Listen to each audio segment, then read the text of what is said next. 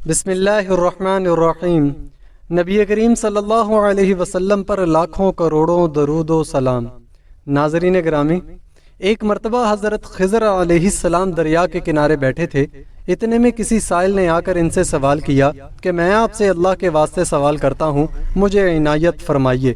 یہ سن کر حضرت خضر علیہ السلام پر بے ہوشی طاری ہو گئی۔ جب کچھ ہوش آیا تو فرمانے لگے، بھائی میں تو صرف اپنی جان اور مال کا مالک ہوں، تم نے مجھ سے اللہ کے واسطے سوال کیا ہے، لہٰذا میں اپنی جان اور ذات تمہارے حوالے کرتا ہوں، تم جس طرح چاہو اس کو استعمال میں لاؤ، بازار میں فروخت کر کے اس کی قیمت سے فائدہ اٹھاؤ۔ چنانچہ سائل ان کو بازار لے گیا اور ایک شخص سائمہ کے ہاتھ ان کو فروخت کر دیا۔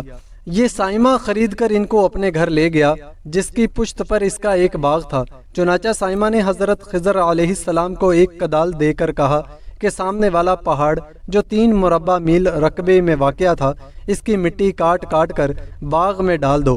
اور یہ حکم دے کر سائمہ اپنی کسی ضرورت سے کہیں چلا گیا اور خضر علیہ السلام اس پہاڑ سے مٹی کاٹ کاٹ کر باغ میں ڈالنے لگے۔ جب سائمہ گھر واپس آیا تو اس نے گھر والوں سے دریافت کیا کہ تم نے غلام کو کھانا بھی کھلایا یا نہیں؟ گھر والوں نے جواب دیا کہ ہمیں معلوم ہی نہیں غلام کہاں ہے۔ یہ سن کر جب سائمہ خود کھانا لے کر باغ میں آیا تو اس نے دیکھا کہ غلام یعنی حضرت خضر علیہ السلام تمام پہاڑ کی مٹی کاٹ کر ڈال چکے تھے اور اپنے کام سے فارغ ہو کر اپنے مولا حقیقی کی عبادت میں مصروف تھے۔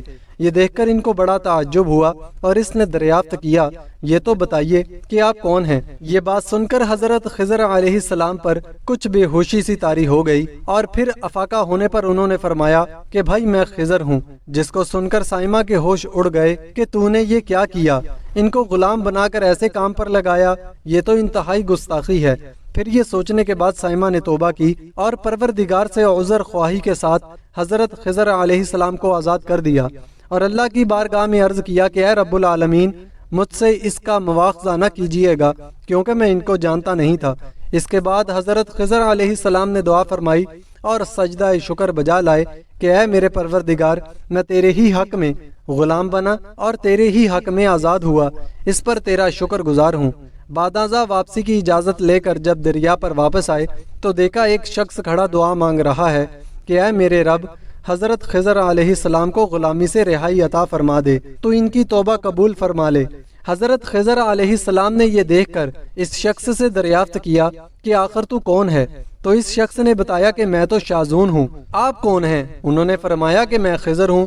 اس کے بعد شاذون نے کہا کہ اے خضر علیہ السلام، آپ نے اپنے رہنے کے لیے مکان بنا کر دنیا کی طلب کی ہے، کیونکہ حضرت خضر علیہ السلام کا دریا کے کنارے پر ایک عبادت خانہ تھا۔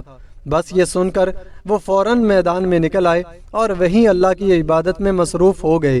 اس کے بعد حضرت خضر علیہ السلام نے اسی جگہ پر ایک درخت لگایا اور اس کے سائے میں عبادت شروع کر دی تو آواز آئی، اے خضر، جب تم نے درخت کے سائے میں سجدہ کیا تو تم نے دنیا کو آخرت پر ترجیح دی۔ پھر فرمان ہوا، مجھے اپنی عزت اور جلال کی قسم ہے، مجھے دنیا کی محبت میں رضامندی نہیں ہے۔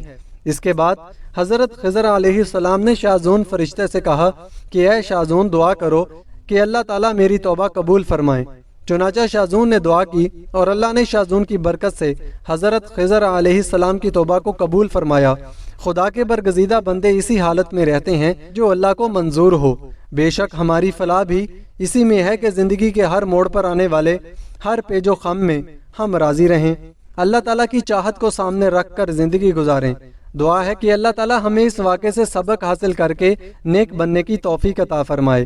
اللہم صلی علی سیدنا و مولانا محمد وعلی آل سیدنا و مولانا محمد وبارک وسلم وصلی علیہ۔ ناظرین گرامی، اگر یہ ویڈیو اچھی لگی تو ویڈیو کو لائک کریں، دوستوں کے ساتھ شیئر کریں اور ہمارے چینل کو سبسکرائب کریں، ساتھ ہی ساتھ بیل آئیکن پر بھی کلک کریں تاکہ ہماری ہر نئی آنے والی ویڈیو کا نوٹیفیکیشن آپ کو ملتا رہے۔